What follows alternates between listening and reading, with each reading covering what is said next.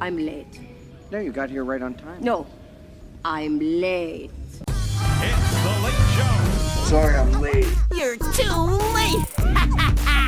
The wizard is never late. Can I help you? Yeah, I'm gonna see the show. But not to come late. You are late. You're late, man! Always late, huh? The hour grows late. You're late. I'm not paying for those. But is he already too late to save his friends? You're too late.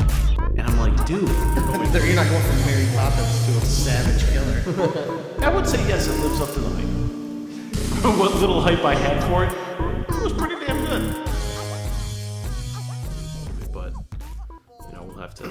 But I think wait and see. I think they're playing it up for the parents who have to go see it, though, because Dora the Explorer is definitely unwatchable as an adult because of all the thing that they did where she looks to the camera. Can you say delicioso? What? Yeah. I'll be curious as to see how they because it's a children's educational show. Yeah, I bet it'll be better than Sonic. I don't know. Sonic looks like it's gonna sweep all the Oscars next year. So, the year after, since that comes out next year. Oh shit! Comes out on Valentine's Day. Perfect Valentine's movie. It was supposed to come out in November. Yeah, in time for awards season. Well, then it's gonna set the bar really high for the rest of next year. It is. It's just gonna be nothing. All the other movies are just gonna cancel. Disney's gonna be no, we're not even gonna bother this year. Do you think the part of the Sonic redesign is that they're just going to go live action Sonic too? They're not even going to CGI him. They're just going to put a guy in a suit. God, I hope so.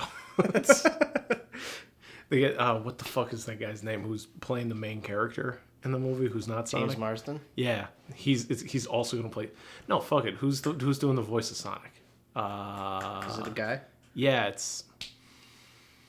Shit, I can never remember his fucking name. I'll just use the Google box. All right. Google Box. What the fuck is that from? Google Box. It's a thing. I just don't know what all. It sounds familiar, but Sounds like it's from Fairly Odd Parents. Maybe. Google Box. Google Box. fucking Ben Schwartz. Ben Schwartz is the voice of Sonic. Oh, is it really? Yeah. Why'd they pick that guy? It works for me. I like Ben Schwartz. Yeah, he's fine. I just would never pick him as Sonic. Or not that I wouldn't pick him as Sonic. When I think of Sonic, I'm trying to think of a voice to do him. I wouldn't have thought of Ben Schwartz. It was Ben Schwartz. This is the voice of Sonic. Okay. So Ben Schwartz in a Sonic costume. Google Box. What's that from? Yeah, I knew I was going to be fucked on that one. Yep. Well, I'll just let that knock around in my head for a while. Yeah. I'll think about it for 3 years, and then I'll come back on the podcast when we're on our... What episode number is this? This is 23. What's 52 times 3? No, we're past 23. All 52 times 3 is 156, but... All right, well, apparently now kids are just going to have to hear Mom and Dad fight. Let me go log in.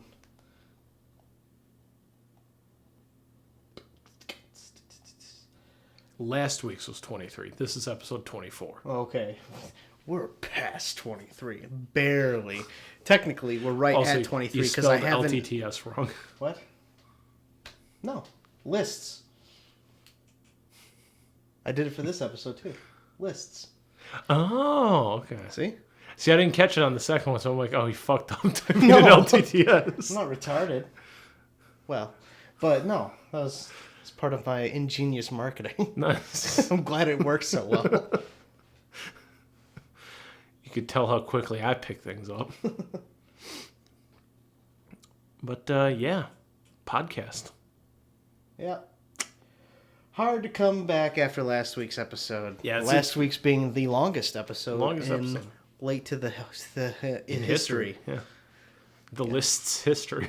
Yeah. Yeah. So yeah.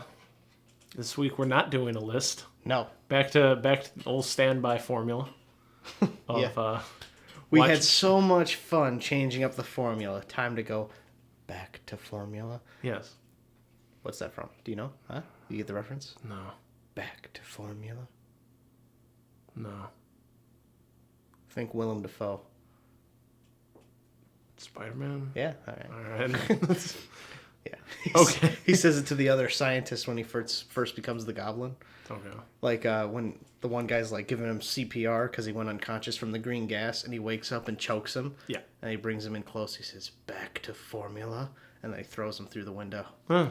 Because that scientist earlier in the movie said, "We're gonna have to take this whole fucking experiment back to formula." Gotcha. And he turns around and goes, "Back to formula." So then he says it again when he kills him. Oh. Got it. That holds a dear spot in my heart. I noticed because you remember it so well. But we're not talking about Spider-Man this week. Yeah, but we could. We could. Have you but seen it? Recently, no. Well, yeah, let's not talk about Spider-Man. Probably in college last time I saw Spider-Man 1.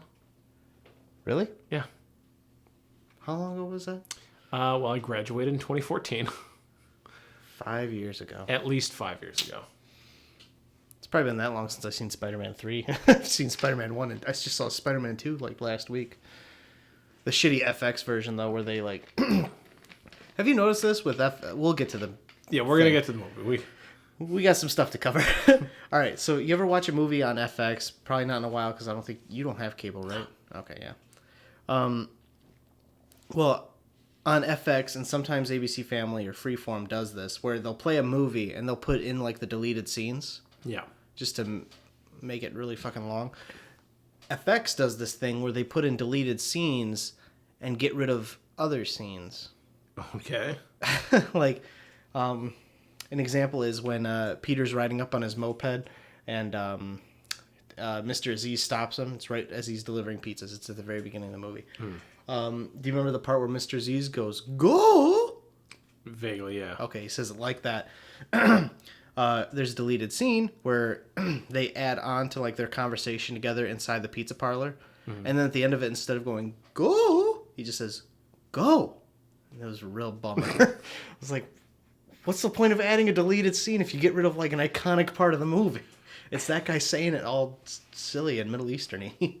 Or New York-y, I don't know. Yeah, and angrily as a boss. Right, yeah. It And totally shitty makes more employee. sense. Yeah. Go. Yeah. Yeah. Spider-Man 2 is a weird watch on FX. Probably, I don't doubt The it. movie was perfect the way it was. Go listen to our last episode. Yes, or pitching 2 our own episodes ago. podcast. Yeah, it was 2 episodes ago. Shit.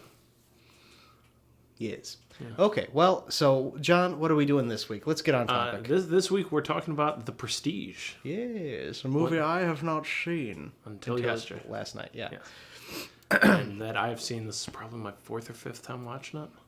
Really? Yes, Okay, I love this movie. I really liked it, too. I This- will say I loved it. And I will say it was hard to go to sleep after I watched it. Because by the time I was done watching, it was like midnight. And I was like, oh, it's time to go to bed. And I stayed up till like 2 o'clock just thinking about shit.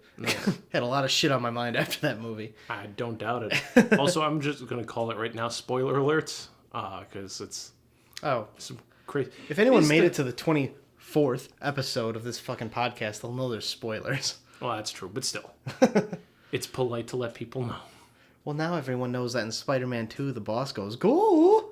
Yeah, well, so. We just ruined it for him, John. That movie came out in 2004. When did The Prestige come out? 06, it looks Yeah. like? 06, all right. Yeah. 1 year before Spider-Man 3. How about them apples? Way better than Spider-Man 3. Man, Spider-Man 3 should have paid attention. Yeah. This is how you make a movie with a superhero actor. 2 of them. Oh, yeah.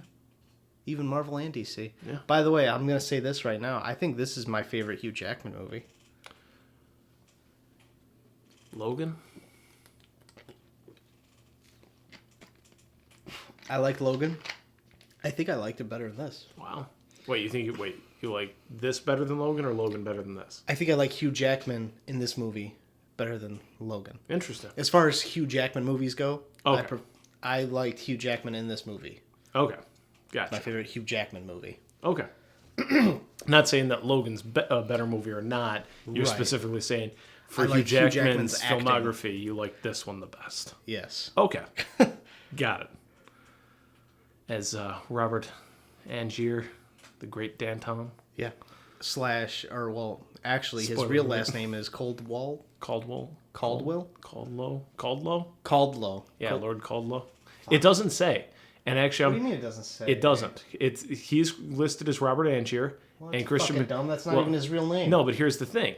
I almost texted you not to look at IMDb because in case, like, did you figure out? Okay. It's actually pretty interesting how it played out in my head. Okay. So, as soon as Hugh Jackman like realized that it was cloning hats and cats, cats and hats, if you will. Yes.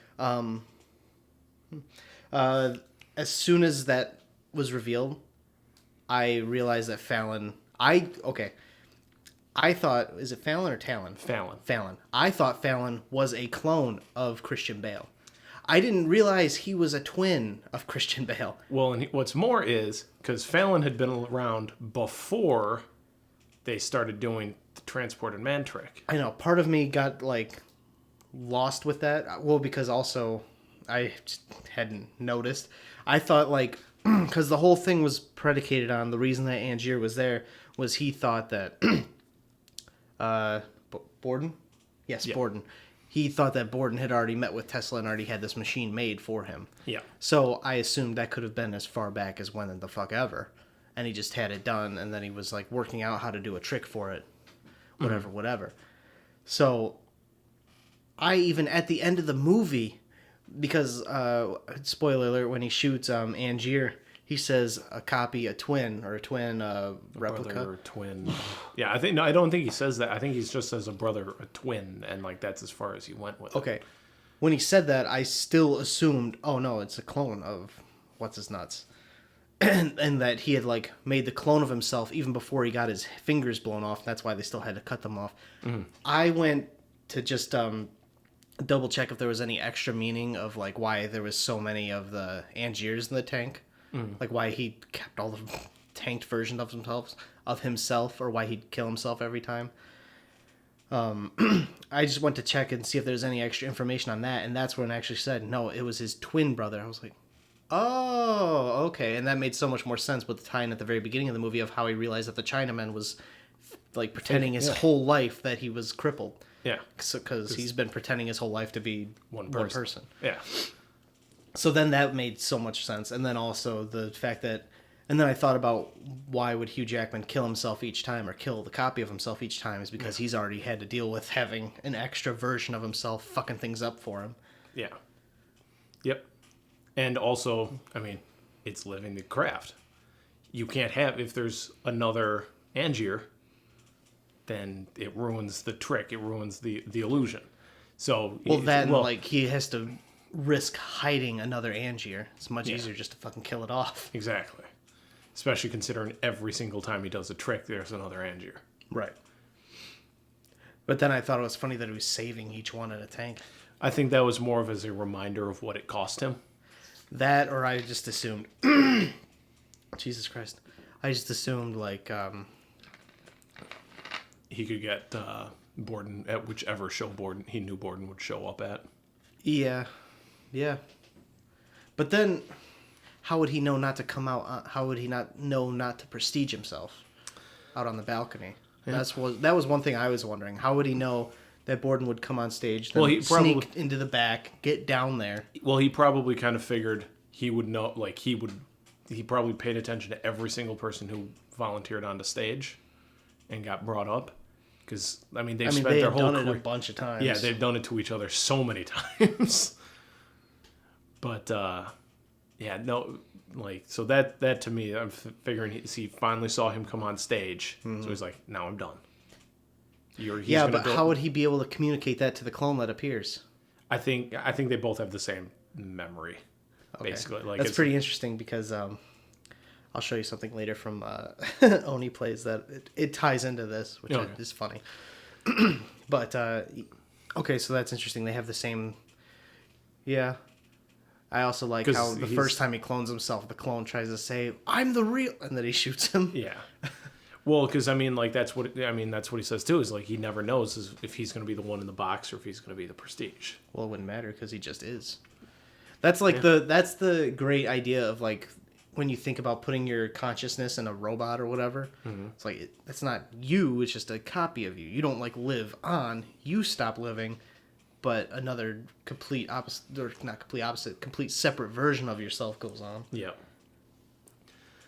Yeah, I fucking love this Yeah, movie. a lot of shit to think about. Well, like, and then because again, this is like the fourth or fifth time I've watched it, so I was watching like all the details wherever I could, because I mean, I remember the first time I watched it, like his speech at the beginning, it's like, there's a trick, but you're not really looking for it. You want to be surprised, Right. And as I was watching it this time, I'm like, yeah, like if you kind of really pay attention, I would say it's almost kind of very obvious that Fallon and Borden are the same person. Well, it's like what Sarah said too when Borden showed her the trick with the bullet. She's like, "Oh, it's actually pretty obvious once you know it."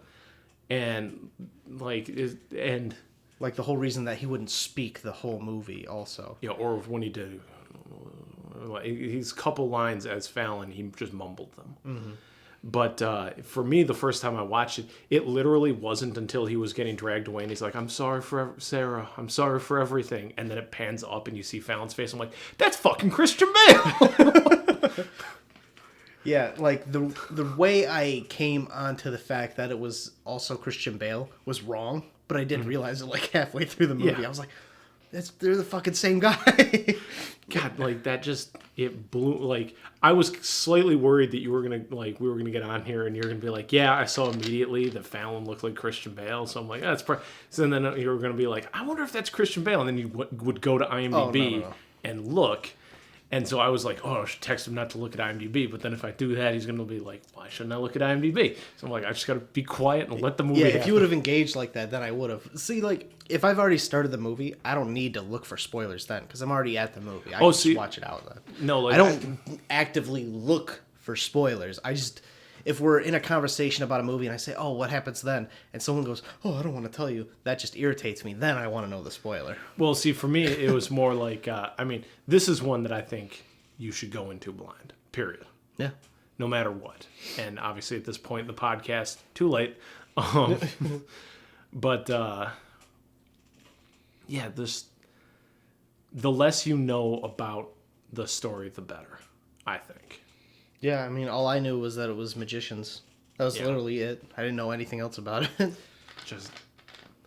And like, there's just all the little hints throughout that like they're the same person. Like, how does he not know what knot he tied?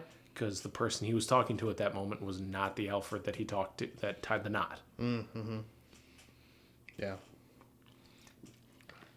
Also, I was reading in the trivia, there was the interesting bit of foreshadowing when they do the bird, and he does the birdcage trick, and the kid's like, "Oh, he killed, that's Where's his his brother?" brother? Yeah, it's like that happens to Alfred later on. Is one of them dies, and then his brother escapes the cage. Oh, yeah, that's cool.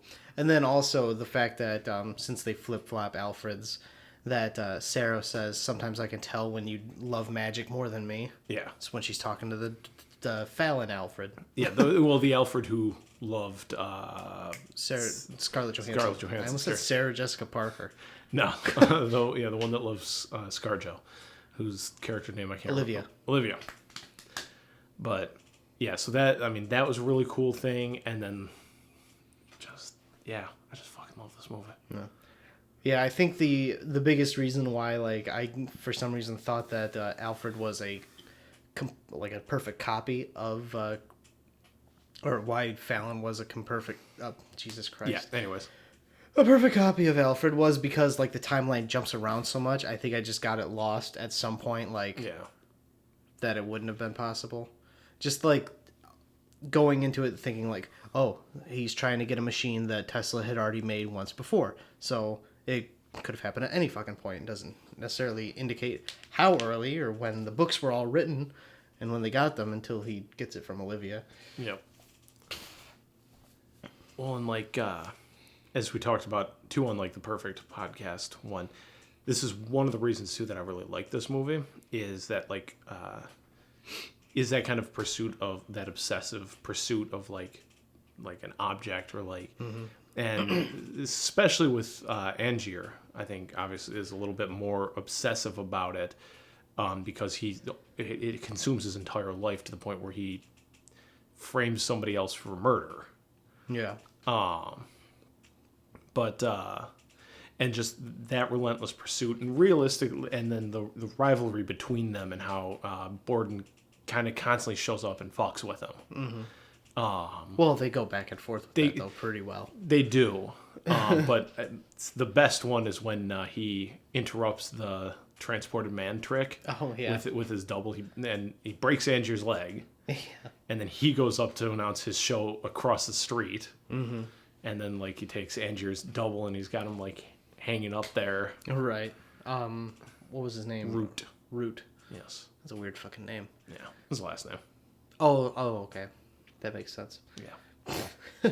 I also like how they just made him just different enough by just giving him big teeth. Yeah. The first time I watched it, I'm like, that's Hugh Jackman. Yeah, all right. It is. They just gave him the same teeth that who played Freddie Mercury? Oh, fucking hell. Rami Malek. They Yes. gave him Rami Malek's Freddie Mercury teeth. Yeah. And then, like, his voice sounded different. I'm like, it's probably just from the fake teeth. He's probably trying to talk like Hugh Jackman at that point. Yeah. Just. I do like how easily, though, Alfred was... I mean, obviously, Alfred has a great eye for how the tricks are done, but I like how he could just totally tell, oh, he's overweight and he's drunk, obviously. Yeah. But, like, anyone in the audience, they're not looking for it, so... But and I mean, that too, like... And, you know, obviously, like, Andrew was looking for it too much. Like, he, you know, no matter how many times Cutter told him, it's like, he used a double. He's like, no, it was absolutely the same. And he was right, but at the same, they were both right. It was the same man coming out of the box both times, but it was, you know, it was a double. Right, yeah. Do you think Cutter knew that it was, like, a perfect twin? No. You don't think so? Nope. I think Cutter believed it was just a really good double. I don't know. I thought maybe he did know since he, like, put the task of, like, figuring out the fishbowl trick. Mm-hmm. I don't think he knew.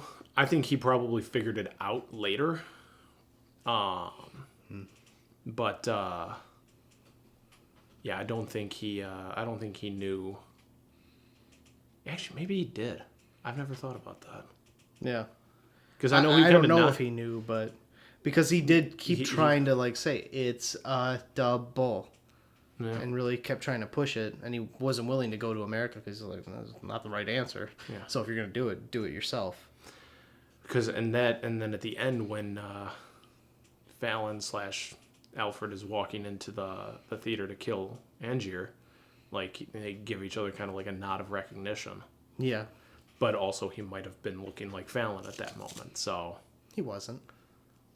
I mean, he could have taken that off as he went into the theater. But I guess maybe. I don't think he would though, because I mean, Well, the whole plus reason again- he's there is because Cutter tipped him off. True. Because Cutter's, you know, watching his daughter for him, and then he shows up. Right. So Good movie. it is a really fucking good movie. My favorite Nolan movie too. Yeah, same here. Like Having watched it now, because you said that last week that it's your favorite Nolan movie, and I was like, oh fuck, really? Because I know you're a huge ass Batman fan. Yes. But yeah, I like this movie a lot. This honestly is kind of on the rewatchability for like perfect movie type of deal. I could like this movie can end and I could start it again.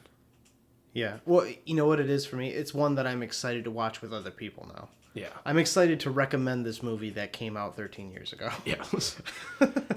And I think I think it almost gets better on the second watch, knowing what you know. I'm sure and it then would, watching yeah. a lot of the stuff.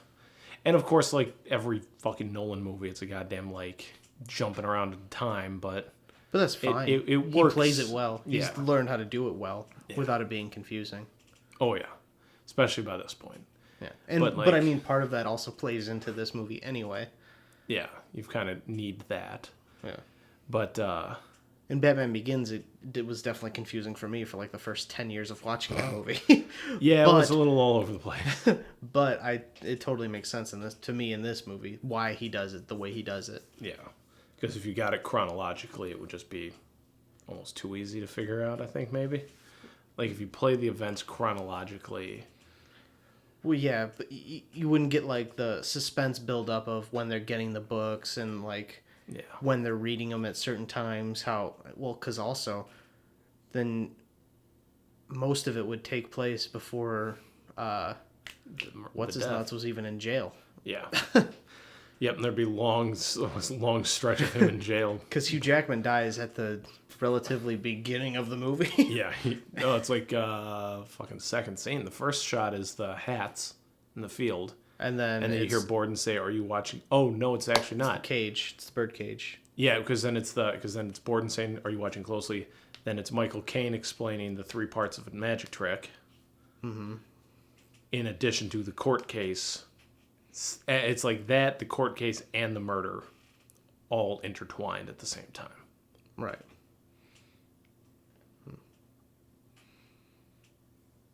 But, and then, like, also the reveal that Alfred did try and, like, break the glass to get him out of there, too. Yeah. Because they might have hated each other, but they didn't really want each other. Well, he didn't want him dead. Right. Anyways.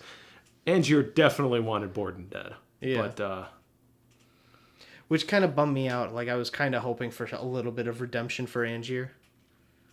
And the best he got was, I think, at the very end when he tells Alfred, like, it was the looks on their face that made it worth doing also. Yeah.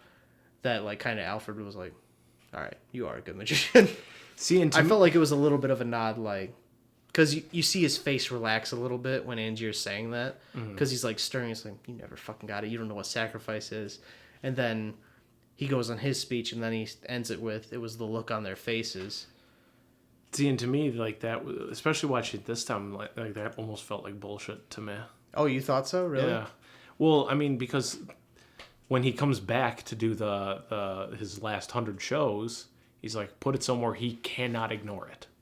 He did it still just to get at Borden. Well, sure, but then after I think he'd started doing it, I think he began to fall in love with just how surprised they were, and he kind of started to, like, get that, like, the essence of magic a little bit. Because, like, that is a trick so fucking crazy. Yeah. Like, it was so crazy that it got Borden to the stage, or to there, trying to figure out how he did it. Yeah. And so I think at the end, even though he still went through with his plan, I think he got a little addicted to, like, how much awe it did put into the audience. Yeah. See, to me, it kind of felt like like in Breaking Bad, as Walter, through a good chunk of the show, was constantly like, I'm doing it for my family. I'm doing it for my family. It's like, no, you're not. Well, you get that moment, though, when he's talking to Olivia, and she says, like, I think she says, think about... Yeah, and he says, I don't care about my wife. I just want to know how he does the trick. Yeah, so... I think that's the moment that you get that, like...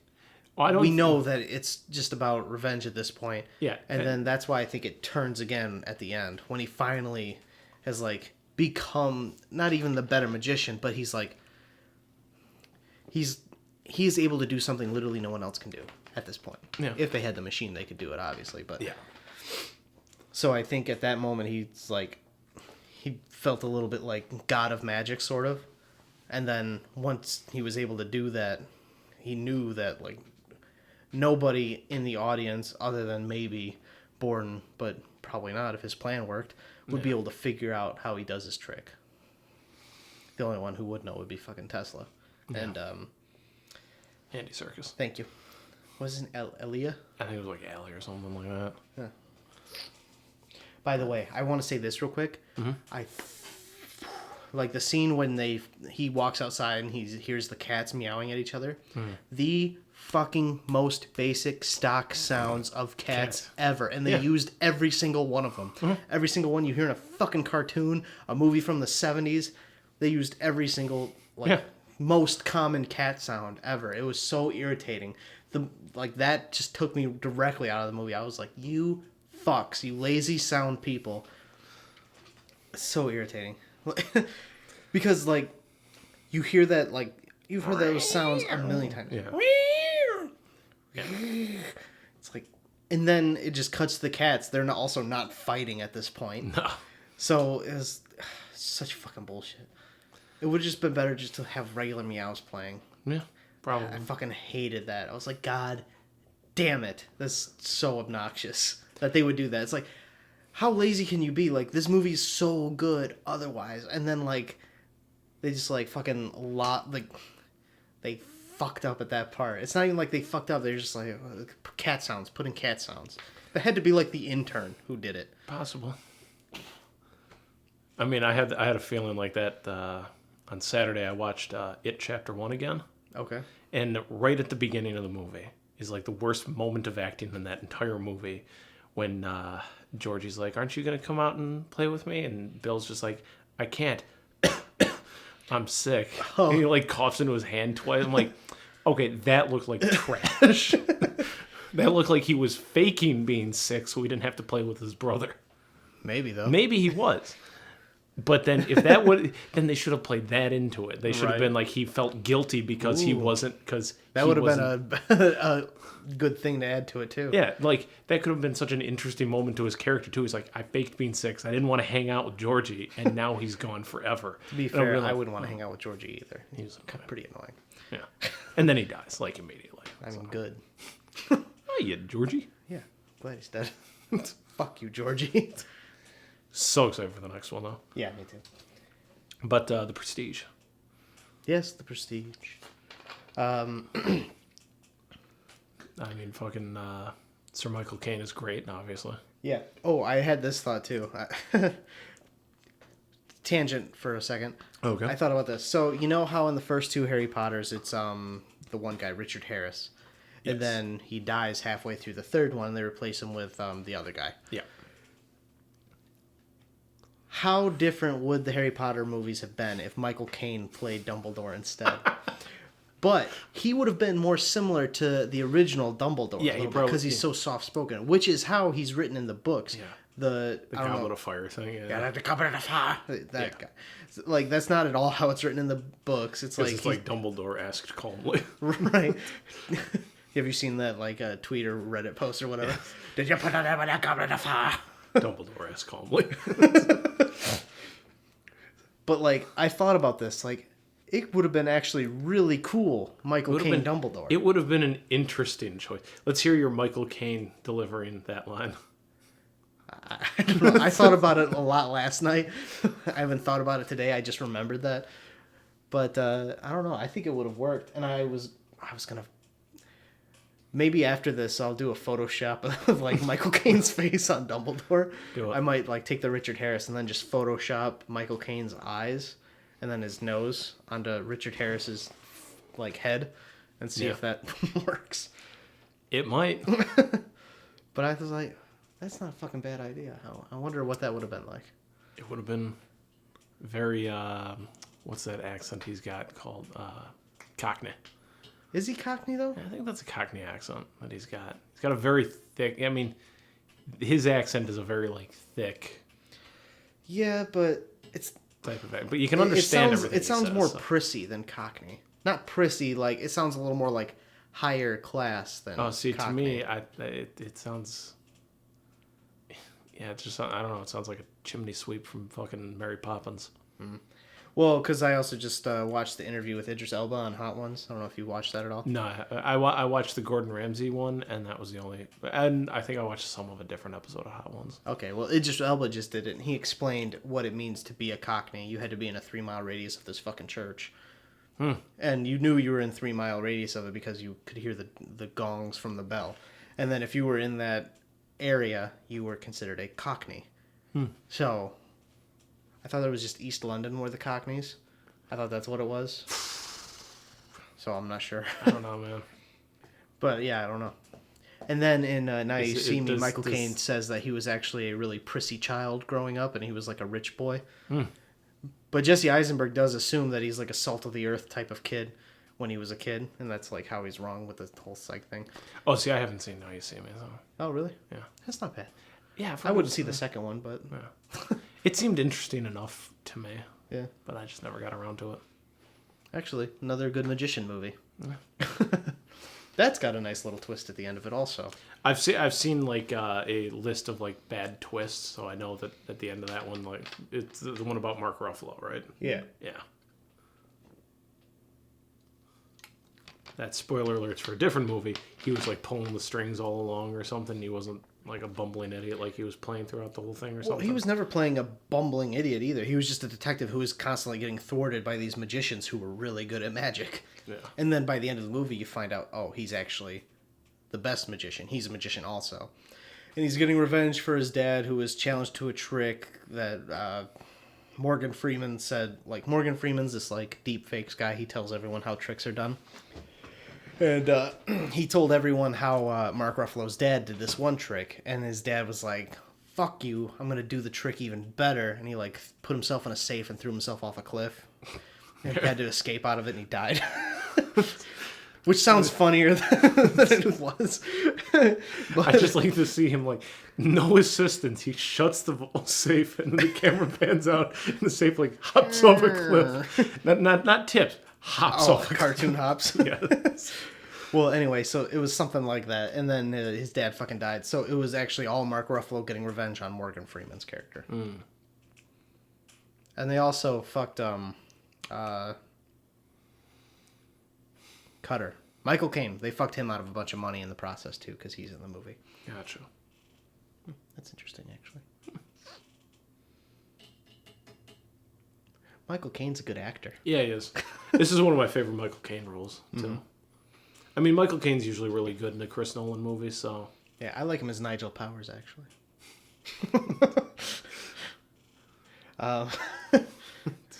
I do. I mean, but yeah, I thought I smelled cabbage.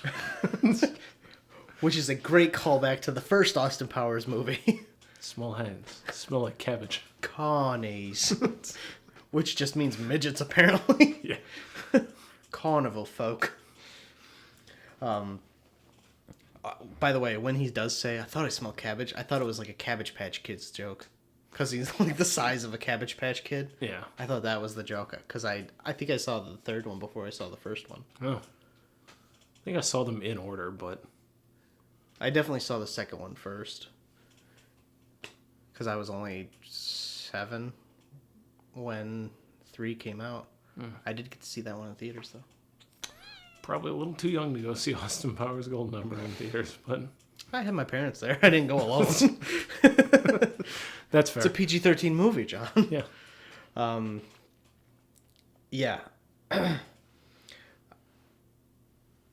I did think it was kind of funny seeing at the very end of it them like working together, Christian Bale and Michael Caine. I did get like Batman flashbacks to it. Yeah. Especially with the subtlety of the nod. It was a little bit Dark Knight Rises. Yep.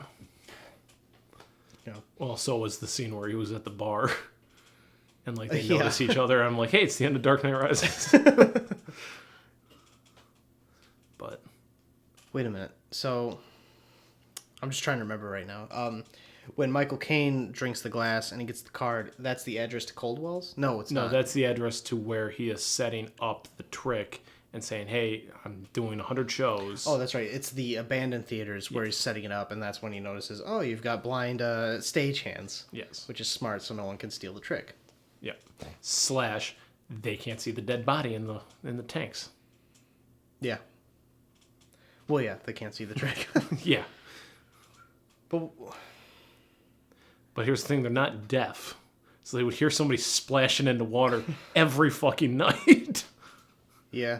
Be like, was that supposed to But happen? then also, who's fucking wheeling the dead They are. tanked guys? How do they know where to go? How They probably... do you think, they're like... Angier, like, throws a blanket over and says, all right, now wheel this across town. Yeah. And don't let anyone look under the tarp. Yeah, because when you when Borden watches them, they're loading it up and there's a fucking tarp over it. Yeah, I guess. So, yeah, he's literally doing exactly that. It's like, hey, where we set this up the first time, take it. Yeah, I suppose. I really like the way also how, like, Nolan just doesn't give a fuck and just bends physics for this movie. Oh, It's like, with the oh yeah, actual, Tesla shocks you and makes a cloning machine. Yeah. Like, doesn't explain how it works at all. It just shows them getting zapped by a bunch of bolts from his Tesla coil. And he's like, here's another one of you outside. Yeah. And also he's like, oh, I'll have to recalibrate this and maybe get it within like 10 feet of where it happens. It's like, could he have calibrated more and like have you appear like right there next to you? Could you have been made a Siamese twin where you get morphed into your copy? Well, Like, what are see, you but I've- doing that makes it just pop closer? Like, how do you control that? That's insane. How do you know it's not, like, popping up on the complete other side of the earth? What the fuck?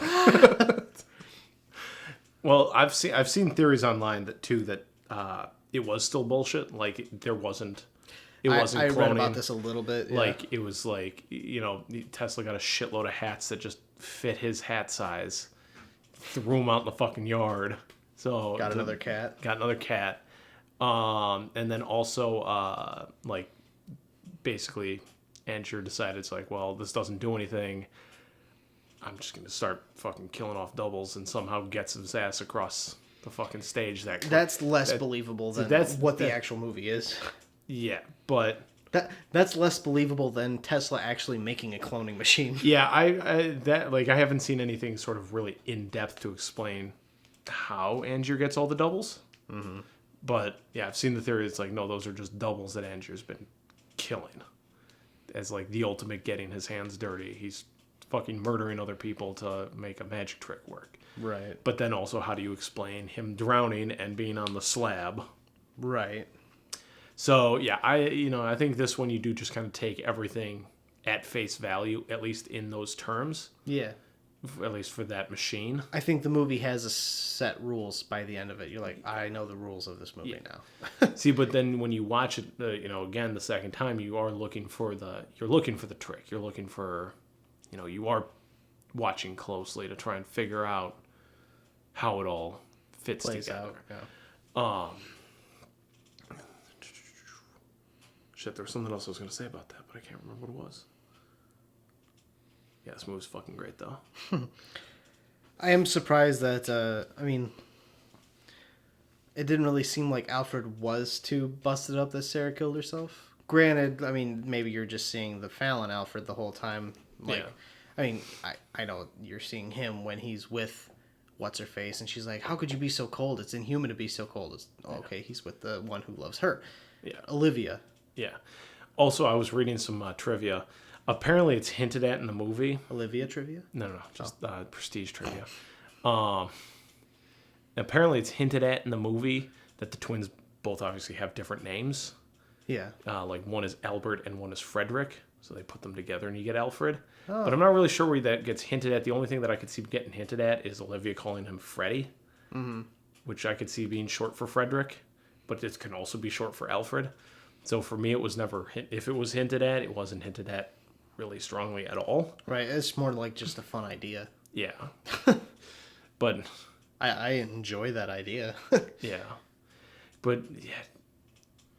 Just again, I think the thing that makes me love this movie so much is that twist where it's Fallon and Borden are the same person. Yeah. I could believe, and I was totally on board for the Angier clones, which you find out about after the Borden, fucking is the twins twist. What do you mean you find out? You don't find out about like the machine is making clones of Angier. But you And- assume well- it when you see all the hats and the cats being cloned. All the cats and hats being cloned. That's true. So you know it does work. Yeah. True. But Well, yeah, I at guess least more like I bought in immediately that it worked. I didn't Yeah. think that Tesla was tricking him like that one fan theory suggests. But yeah, shit. This Because that's how I was like, oh, they are the same person. Because I just assumed he was a clone and already had the machine first. Even though in the notebook it said, I fucked you. Tesla's just my keyword for this journal I've been writing. Yeah. Well, that and again, like Fallon had been around since before that, but I get what you were saying Right. at the time. Fuckery. Thanks, Chris Nolan.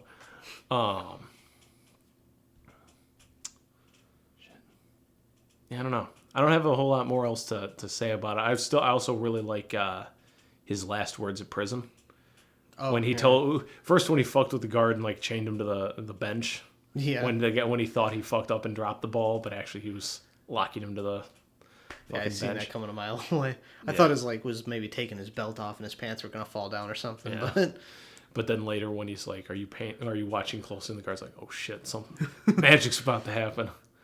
And what do then you think it's that guard thought when he did just see him hang though? It's like, oh, Do you think he just like went home and was like, what's gonna fucking happen? This guy's gonna pop up anywhere.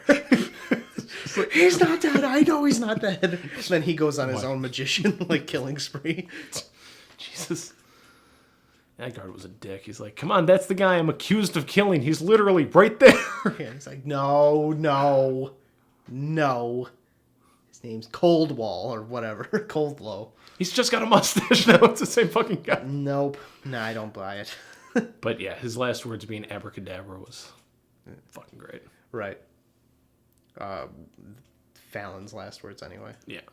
Well, Alfred. They're both Alfred and they're both Fallon. Well, yeah, I mean, but also I was wondering this. How do they know which one? Well, I guess they know because Fallon Alfred wouldn't have ever had sex with Sarah because he didn't love her anyway. I mean, he might have, but... No. I also, when I started to realize that they may have been the same person, was when he's saying, all right, I promise you, I'm going to take you to the zoo today. And then he goes and talks to Fallon and says, will you take her to the zoo?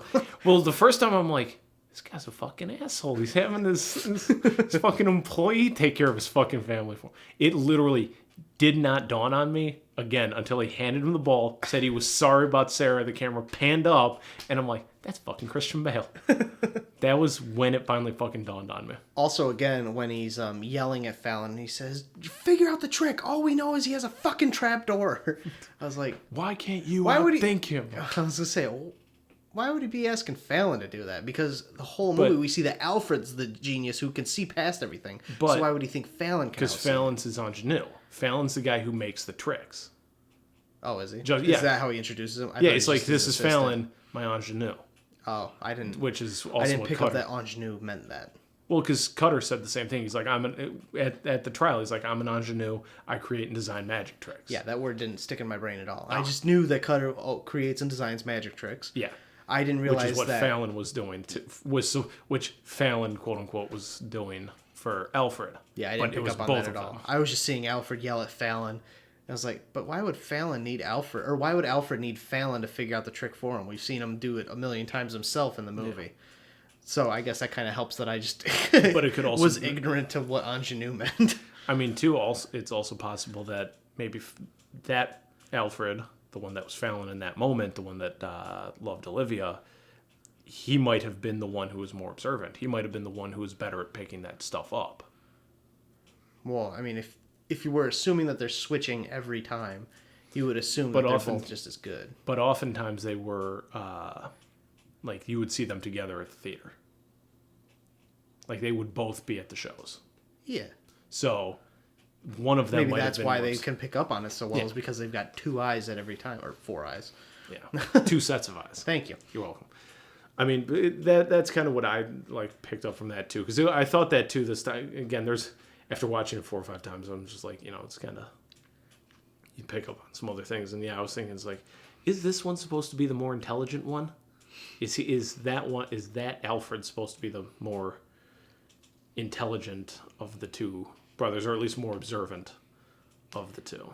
Yeah, I don't know if either one is more observant and more intelligent than the other. I think they do just operate on sort of a hive mind basis, where the only place that they differ is who they love. Yeah.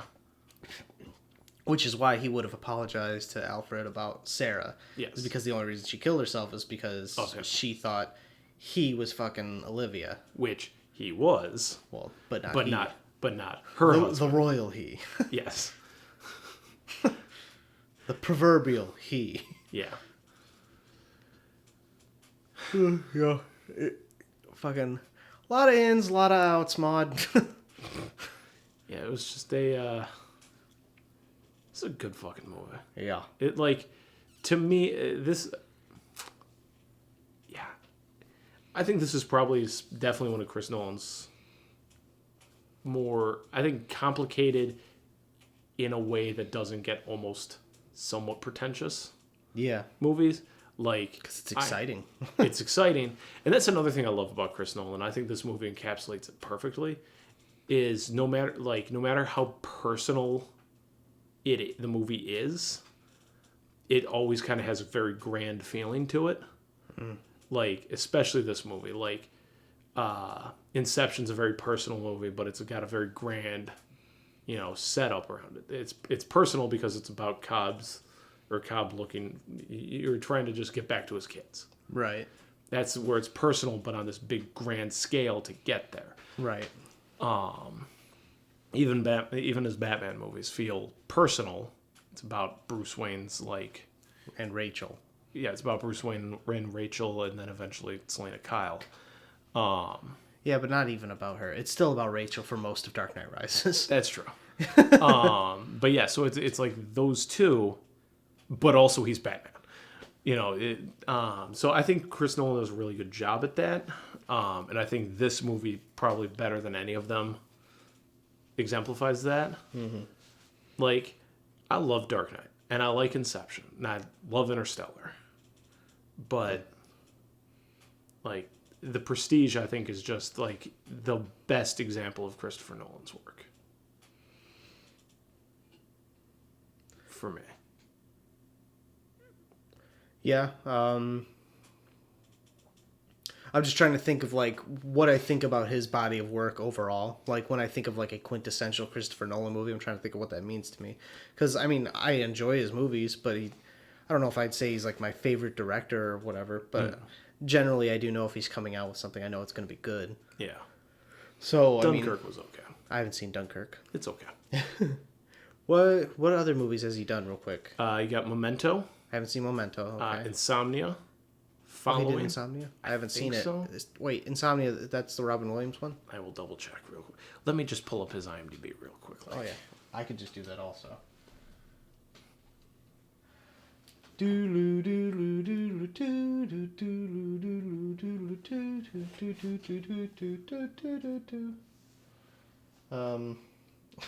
you think Christopher Nolan and Jonathan Nolan feel like the Alfred brothers?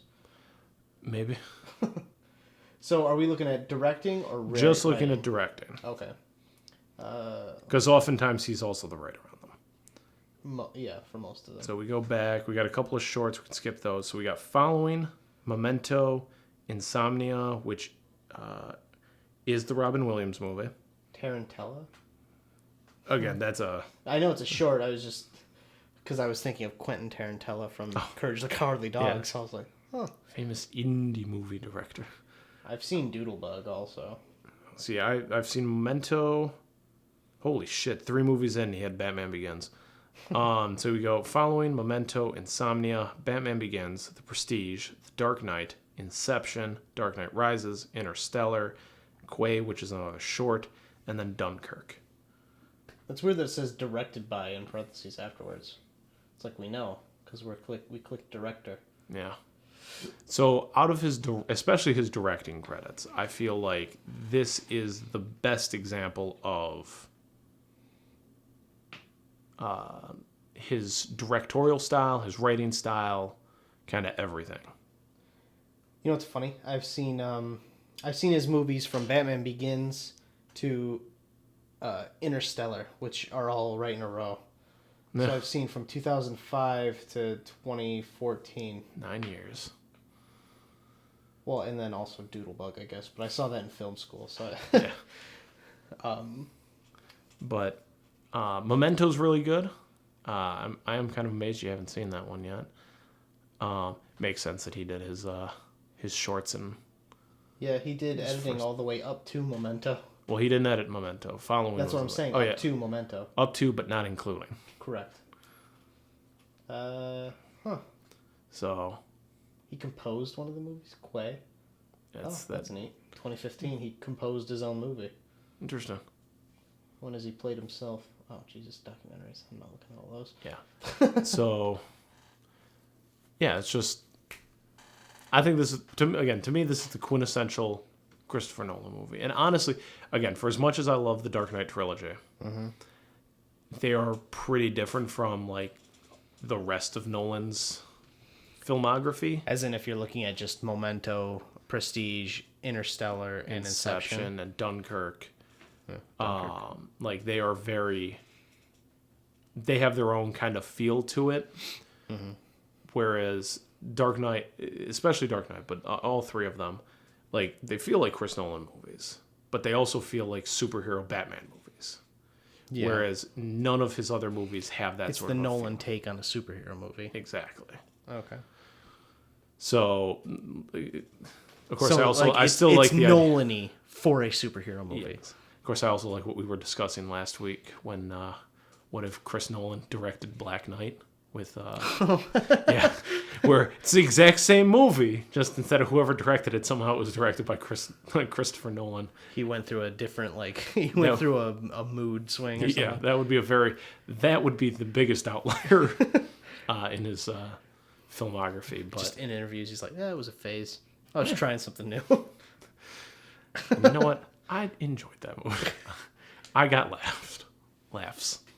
Oh, is Christopher Nolan saying that, or are you saying that? No, from that's me saying about Black Knight. Oh, I enjoyed it. The only thing I remember from that movie is when Martin Lawrence is getting backed into a corner and he just looks past all the crowd that's like mad at him and he just goes, "Behold!" and they all look in that direction and he runs away. That's all I remember from the movie. The one that me and Nick quote a lot from that one is when he's like in prison and like he's gonna be executed. And they're like, "You better hope the executioner, sharpened his axe. I once saw him try to use a blunt axe one time. Took all day. Just kept hacking and hacking and hacking." Yeah, we should watch that movie. I probably haven't seen that since that movie came out and we rented it on DVD, like right after the release. God, I think me and Nick saw that scene that I just quoted on TV and we're like, we should watch the rest of this movie. And then we did. We may have fucking rented it on VHS. I don't remember. Wow. The movie probably. Let's look it up real quick. Let's look up when The Black Knight came out. The You're Black already Knight on. by Christopher You're already Nolan. on IMDb. I know. Sorry, duplicate.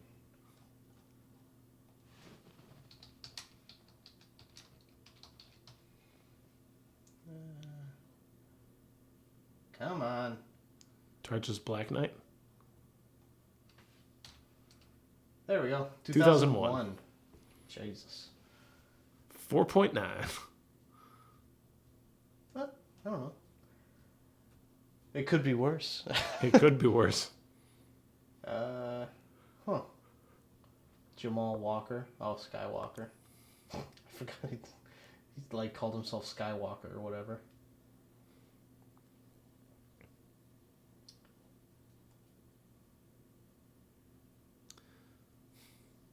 That guy's in. Tom Wilkinson was in this movie.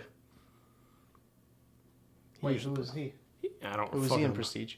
No. He wasn't in Oh, I thought you were Prestige. saying he was in Prestige. Well, he's No, sorry, in Black Knight. right, but he's in Dark Knight. Batman Begins. Or yeah, Batman Begins.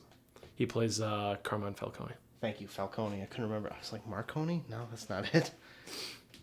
Is Marconi the other one? No, it's Falcone and Marzipan?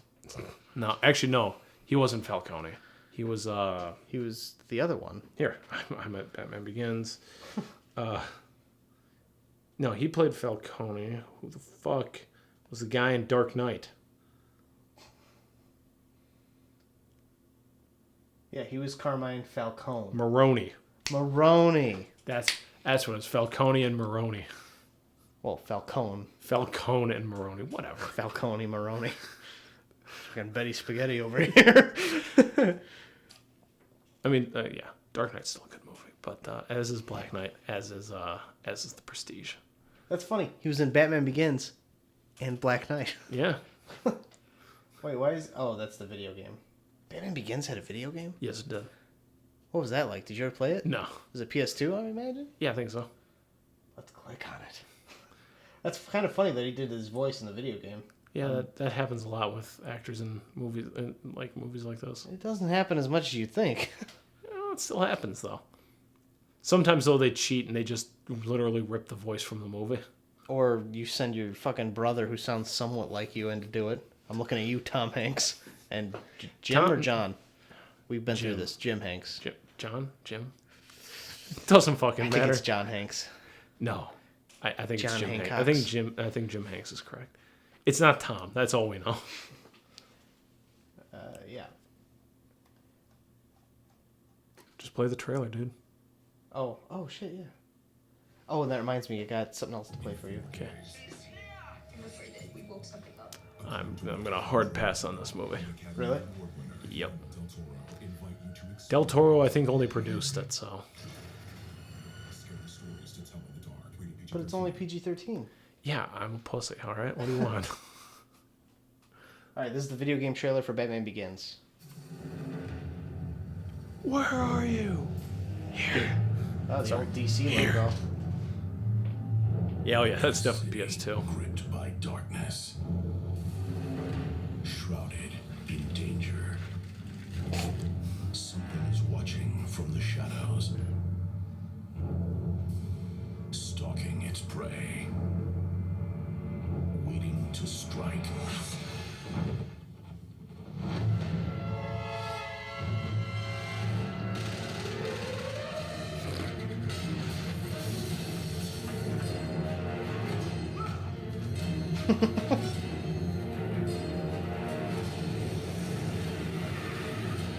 Wow.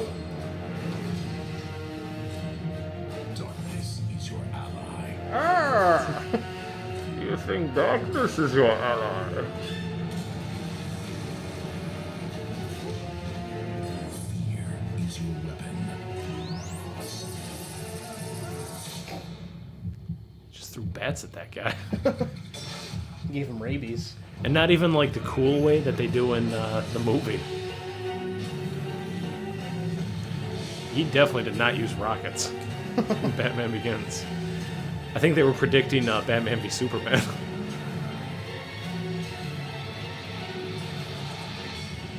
Batman Begins. Coming June 15th. Witty Tea for Teen. Challenge everything.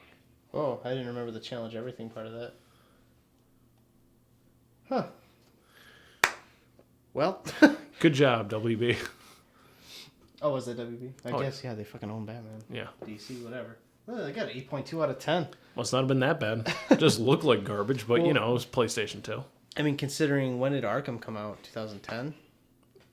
Look it up. Well, god damn it, John. Why don't you know any of this I'm not a shit? repository of all information on this planet. Arkham Asylum. 2009. 4 years later. And it looks a million times better. I've And been thinking about going back to the Arkham games, by the way. I've got the Arkham collection. On PS4? Yeah. Oh, nice. So it's on got disc? Yeah, I think so. Oh, shit. So it's got Arkham Asylum and Arkham City. And then I just own Arkham Knight. Did you ever play Origins? Yeah, I beat it. Oh, did you? I heard it was shit, though. It sucked compared to it was fine. Like it wasn't awful. It just didn't really add anything. Okay. Well, because it's a prequel also, isn't it? Isn't Yeah. it like his origin? Yeah. Yeah, there's a scene in it real close to the end where you're like, oh no, Alfred's dying. It's like, no, Alfred's not gonna fucking die.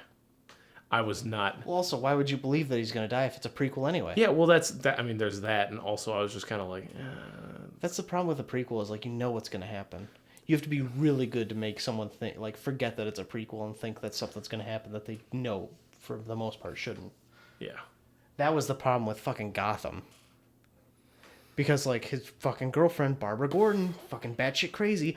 Why the fuck would he name his daughter Barbara Gordon after being with that crazy ass bitch who killed her parents? okay. We're gonna have a series of episodes for this in addition to our regular ones where we watch an episode of Arkham or of Gotham a week and we critique that show. That might be fun. Also, the Red Hood episode of season 1 was actually a pretty decent episode.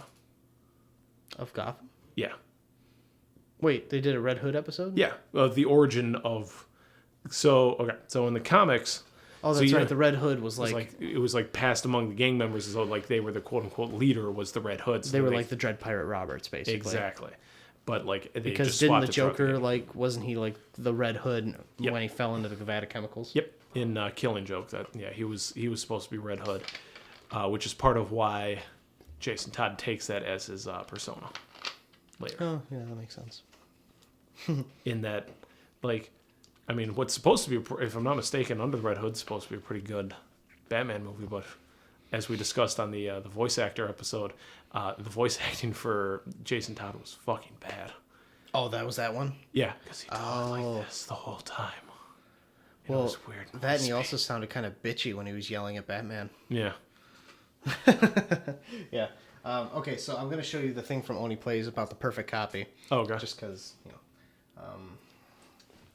Oni Plays animated.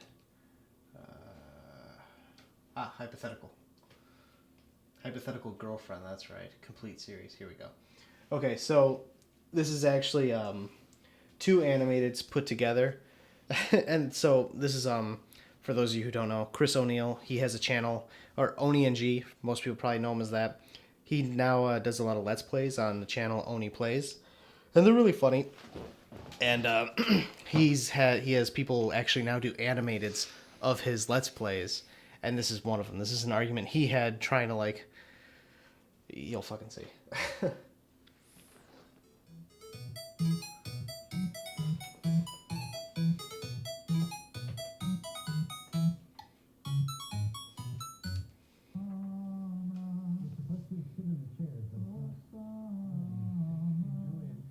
If you had a tiny little teeny tiny clone of Osama, would you feel bad about torturing it?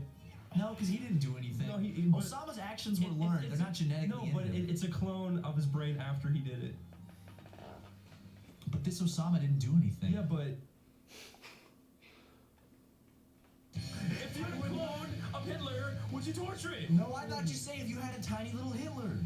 Because No, listen, if it's a clone, I wouldn't because that person didn't get any actions. Oh It's my a god, genetic he clone. did. He did. And if it's a clone, he didn't fucking do anything. He did do it. No, because he's an identical clone. He didn't do shit. The actual Hitler did it, Chris. He actually did it, but this guy did it in his thoughts and in his mind. No, It Chris, doesn't make any that's- sense. that's I've never Chris. seen it. He's still a bad sound guy. like- He's still a bad guy. He's still bad. Thought about it. He didn't know. He's still evil. He thinks he did it. Chris, But your neighbor could be thinking these things too. He's the exact. Why? Why does it have to be a clone? Because it's hypothetical. Obviously. The real one. Obviously. If you want the real Osama, give him the real Osama. It's a hypothetical. You don't need a clone. I'm telling you. A clone isn't innocent. Chris, it doesn't make sense. He's an anti-thought. You guys are not listening. I am listening. You're not making sense. You're not making logical sense. God, you guys. Perfect means perfect. Don't have an imagination at all. I do. It doesn't make sense though. It does fucking make sense. You're making up the meaning of words. Perfect copy. He's a perfect copy. If I fucking said, what if you were in Harry Potter world? You would have eaten it up. You would have said something. Oh, it's a perfect copy of Harry Potter. They wouldn't make these 6 inches tall, would they? I fucking said from the fucking beginning that he was fucking small. But he's not He's not a perfect copy. He just got shrunk down after he was perfectly copied. The argument continues. We gave you our answer right out the door, and you kept it good. Your answer sucks my ass. Ding dong, listen to his new hypothetical and tell me how this somehow proves me wrong. Let's listen. Let's listen. By your theory, this Hitler is a new Hitler who did nothing wrong. Okay. Yeah, right. So if I make a clone of your significant other and I fuck her, would you be upset? Would you be upset? No. You would be upset. Because it's a clone. Let me tell you. Okay, I would be upset if the original was gone. Chris, listen. Let's say I got a beautiful girlfriend and you make a clone of her. What's her name? I don't have a girlfriend, so I don't. You say Tiffany? Shapiffany. All right, so I'm dating Shapiffany, okay? And Chris manages to clone Shapiffany. And he wants to fuck her. As long as I have the original Shapiffany and she loves me and doesn't have feelings for Chris, I don't care if he fucks Shapiffany's clone. Shapiffany's fucking dead and the clone remains. What the fuck is this? Now you're fucked. You got no answer. When did she die? When did you bring this into the equation? Julie, help me. Does her body help her exist now? Consciousness shifted over to the clone? Because then that's just I fucking told you they would have the same thoughts and memories. But you said no. Chris. Well, as long as the original exists. If the original exists, it doesn't fucking matter. But it's not the same person. Even if the original is dead and the clone is the only one there, I would still argue it's a different person. Yes. I would just be irrationally upset. Yes, exactly. Like, so if I had... It's like you're rubbing it in at that point. Yes, if I love Shapiffany and she died and then there was one clone of her and Chris is still fucking her, that would make me feel bad. I would think... I'd be mad at you, Chris, because you did that. Yes, I would think as a good friend, you wouldn't be fucking my dead girlfriend's clone. You wouldn't make a clone of someone's... I trust your goodwill and friendship that you wouldn't do that. Now here's the new spin. Fucking Hitler runs off at Shapiffany and leaves his own to dust. Is it Hitler or a clone of Hitler? Clone Hitler! They're clones! I don't give a shit what they do! Fine. Fuck her clone! Fuck little Hitler, I don't care. Kill her. I'm gonna kill normal... Don't kill her because as long as I have the real Shapiffany, I You're don't going to fail if you kill her! There is no Shapiffany!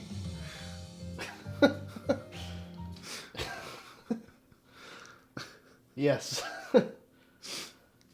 So that So yes, it does kind of tie into the clones that Angier makes. right. That's what I thought of last night in the middle of watching a very serious, deep movie. I thought of this argument. By the way, I recommend anyone who wants to watch that go to the channel. What the fuck? Uric Salad Bar on YouTube. URICK Salad Bar, all one word. Shout out to that guy. Yeah, Uric Salad Bar. You do good animateds. Yeah. Oh my god. He actually has he actually created it like a manga, and you can download the pages of it too at a certain link. That's actually really cool. Oh, I think I followed that guy on Twitter. Nice. But yeah, so that I was thinking about that when he was talking about that it took courage to step into the box every night, not know if he was gonna end up in the water, end up there, and then also wondering how would he know on the night that which he is? How would he know on the night that Borden actually went down there and seen him in the water? How would he know not to come out and prestige himself and actually have himself be declared dead? Okay, well, as we mentioned like an hour and a half ago, or whenever the fuck we started recording, that I think it's because they've got the same memories. Mm-hmm. Like, I think it's a perfect copy. Now, here's my What if he was 6 inches tall, though, John? Would you torture him? Would Borden still want to kill him if he was only 6 inches tall? I think that would ruin his magic trick if he came out 6 inches tall. You know what? When you think about it, Borden actually didn't even kill Angier because that wasn't the perfect copy of Angier. Well, he killed him for no reason. I'm thinking the original Angier is dead at this point. Well, yeah. Because, I mean, not just because he gets shot at the end of the movie, but I was thinking by that point, like, because the thing standing there in the, whatever's standing there in the machine doesn't move. Yeah, no, it doesn't. So he killed the copy somewhere else. Yeah, so he killed his first clone. Right. And then every night he stepped in there and killed himself while a copy of him got to come out and get the applause. Right. And which also could fit into the epiphany, because maybe after you clone your epiphany is you know how in fucking Fight Club he says with insomnia everything seems like a copy of a copy of a copy. As you copy something over and over and over again, like it kind of fades what it was originally doing. I was wondering if they were gonna allude to something like that, where they were gonna be lackluster or whatever. Yeah, he keeps cloning himself, so maybe his thoughts, he was gonna have an empty feeling or something like that. They never hit that, but I was wondering if they were gonna eventually he was basically gonna be a zombie version of, not a zombie version of himself, but basically a half dead version of the original one. Yeah, they didn't go there though. No, I thought that was where it was gonna lead, and then excuse me, and then since I didn't realize that Borden had a twin, I thought that was maybe why he was so cold and why he was willing to cheat on what's her face and stuff like that.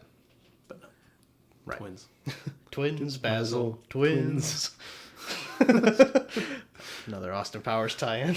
Austin Powers Gold Member tie-in. Ah, yes. Austin, it's about your father. What? No, I didn't. How? Didn't. Dad not. Daddy To didn't me, this love is a me. dad issue. Dad issue. Deadbeat dad. Daddy didn't love me. That's a Daddy good movie. wasn't there. When I was first baptized, when I was criticized, when I was ostracized, stacking kidney pies. When I was something else, when I was circumcised. Daddy wasn't there. No. Yeah. To change my underwear. To take me to the fair. Speaking of fair, I went to the Renaissance Fair on Sunday. Oh, nice. Shit was dope. I bet. It was huge. I couldn't believe how big it was. Seriously. They do it every weekend until Labor Day. You guys should go. Yeah, no, absolutely. Ollie's going out of town this week, but We'll do it next week. It was really cool, though. And you know what's cool? I was wondering if it was the same fair I knew you guys went to when you were younger. Yeah. Because they were selling the exact same, swords and axes. Same shapes, same dowel style and everything. maybe. Could have been. Yeah. I don't know. Was there a magician there who got suspended way up I and heard then about the this. rope snapped from fucking 20 feet in the air or some shit. Did he like land on his neck or something? I think he broke some ribs and he got taken to the hospital. Oh, he angioed himself down the hole. Yeah. No, Didn't help that he couldn't brace for impact or anything. He was in a straitjacket. He ruffled himself. Yeah. Really just kind of got fucked in that situation. Why is that funny? Schadenfreude. What? Schadenfreude. What's that from? That's an actual thing. I know, but I fucking heard that from something also recently. Probably. Schadenfreude. It might have been an Only Plays thing. It's funny because it's so dark. Well, it's funny because you're laughing at somebody else's misery. That's Schadenfreude. Oh, okay. Leave it to the Germans to put that to words. Yeah, seriously. But well, yeah, I mean that's the Prestige. Jesus Christ. we're on the same fucking wavelength. Do you want to cut your fingers off, John? No, I'm good, thanks. I'm gonna keep them right where they're at. Okay, well then we're still twins, so we're okay. Yep. Say if you cut your fingers off, I have to cut mine off. Yeah, but you wouldn't have a choice in that one. How would I not have a choice? When are you gonna cut my fingers off? No. If I lose my fingers, I mean yours have to come off to keep the illusion going. The illusion of this podcast. The only thing we need are vocal cords to keep the illusion of this podcast going. They can't prove there's more than one of us. Oh my god, how's that for a fucking deep fake? It's literally just one of us. It's just me doing different voices for each person. You could. There's a podcast. That would be so obnoxious for when we overlap our laughs. So I wouldn't actually be able to like go, hey, what do you think of this, John? And then it's like, oh, I thought this. I would actually have to like have the full conversation as me and then play it back through headphones to myself and then like respond to it like another person. That almost sounds more like the definition of insanity. Or I guess it's the definition of schizophrenia, maybe. It's total dedication to your craft. I'm not. I'm really not that dedicated. I don't care that much. Yeah. On that note, I think we're good to sign off. Yeah. Next week we could do Superbad, or I was also thinking we also talked about Man from U.N.C.L.E. Oh, shit. Which would you rather do? I'm cool with either. I've seen neither of those movies. Seen Accepted, if that helps. I mean... Ask me about my wiener. It doesn't even really, because Jonah Hill plays a totally different character. I don't know. All right, well, for those of you who listen, stay tuned for either Superbad or Man from U.N.C.L.E. Me and John will figure it out off cast, so then you can be surprised next week. Yes. Jake, where can good people find you? At Jake_Lavoie. Don't forget my underscore, please. And, John? At Rosendoom2 on Twitter, Rosendoom1 on Instagram. You can find the podcast at LTTS Podcast on Twitter, and Late to the Podcast on Instagram. You know what I like about your personal handle? What? Because you can say you're second to none except for yourself, since you're Rosendoom 1 and 2. That's true. And also I have the actual original Rosendoom on Twitter. I should probably try logging into that, deleting it, and then changing my Twitter handle to just Rosendoom. Yeah. You should also try your Instagram account every once in a while to try and just get Rosendoom. Yeah, I'm not sure why I put a 1 on that one. Wait, the Instagram is 1. It's Rosendoom 1, the number 1. Right. So wait. Is your original Twitter the Rosendoom 1 or no, Rosendoom? Just Rosendoom for the original. But on Twitter, you're Rosendoom 2? Yes. Who's Rosendoom 1? There wasn't a Rosendoom 1. Then why'd you create a Rosendoom 2? Okay, so it was Rosendoom. Yes. So you count that as Rosendoom 1? Yeah, and so then the second account I made was the second Rosendoom iteration 2. of Rosendoom? Yes. Well, stay tuned for Rosendoom. Yeah, we'll see what happens there. And then also, you said the podcast handles. Short film in progress. We're all done with our campaign. Yeah. And we got very fucking close, about 72%, I guess, with the $50 check from Great Aunt Sandy. Yep. So it was about fucking 1660, right? 1662 out of 2100, and the extra 100 was mostly to deal with the percentage that Indiegogo would take. Yeah, but so they're taking less because we didn't get the full budget. So there you go. So we our actual goal of, we really only wanted to hit 2,000. The extra 100 again was for Indiegogo stuff. So realistically, we only fell about $340 short. Yeah, we were really fucking close. That's really fucking good. I'm pretty happy with it too. Yeah. I wouldn't have been surprised if we didn't get like any money. Yeah, So I would. This is nice. Again, when we sat at like $500 for quite some time, I'm like, well, that's going to be all the money we see for this campaign. Which, thank you for that. You know Whoever who you are. But yeah, so now that we've got that down, we've got location to film at. We've got one fucking actor. We've got partial crew as well. Yeah. So we just need to fill everything else out and fucking film this thing. Yeah, hopefully maybe we can film in September. September might be a little difficult for me, but oh yeah, what are you doing in September? Tell the whole world. Well, it's the 2nd. I'm going to go see How Did This Get Made live. Okay. Great podcast if you haven't listened to it. If you're still even listening at this point on our podcast. You better be. Nick, if you stopped before this, you're not hearing this, so the threat means nothing. But exactly. Andrew, tell him that he's an asshole if he stopped. Because I mean, we're at the closing remarks. It's like, yeah, okay, and we're done with this podcast. Anyways, so I'm gonna go see How Did This Get Made? I think September 2nd, somewhere in there. No, the 2nd is fucking Labor Day. Which is a Monday. I'll double check. Sunday's the 1st. It's not the 1st. That's when I get back from Alaska. Might be the 7th then. Is that a fucking Saturday? Fucking no. If the 2nd's, I think it's the first. If the 2nd's Monday, 3rd, 4th, 5th, 6th is a Saturday. No, September 7th is a Saturday. Oh, I'm retarded then. So September 7th, I'm going to go see How Did This Get Made? And then September 29th, I'm going to be going to see Hamilton. Okay. For Molly's birthday.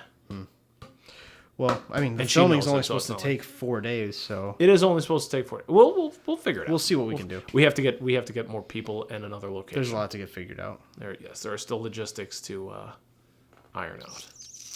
So, but stay tuned. Maybe we'll start actually using the Instagram. I don't know. Well, yeah. Now that we're, I mean, it's hard to post pictures of something that's when there's nothing happening. So we could post a picture of the final count on the campaign. A screenshot, if you will. Yeah. Yeah, that's exactly what I'm saying. Yeah, we can post that. How about that? All right. Also, the Twitter, because we don't do shit on the Twitter either. Yeah, no, we don't use the Twitter at all. All right. Well, so I use the podcast Twitter a lot though. Yeah. So like John said, the handles for the podcast, handles for the short film, it's at Roleplay Film. I forgot to say that at the jump. So at Roleplay Film, hopefully we get a little more active on that.